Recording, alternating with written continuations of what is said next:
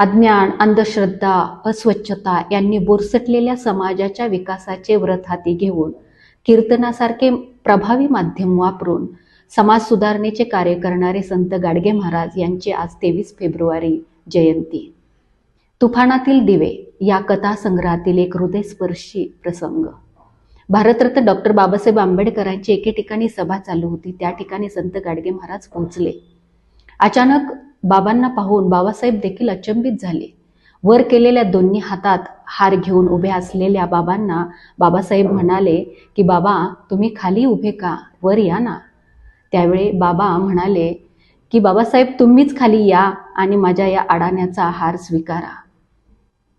असं बराच वेळ दोन्ही महापुरुष एकमेकांना विनंत्या करत होते. बाबासाहेबांच्या भाषणाची तार तुटली होती.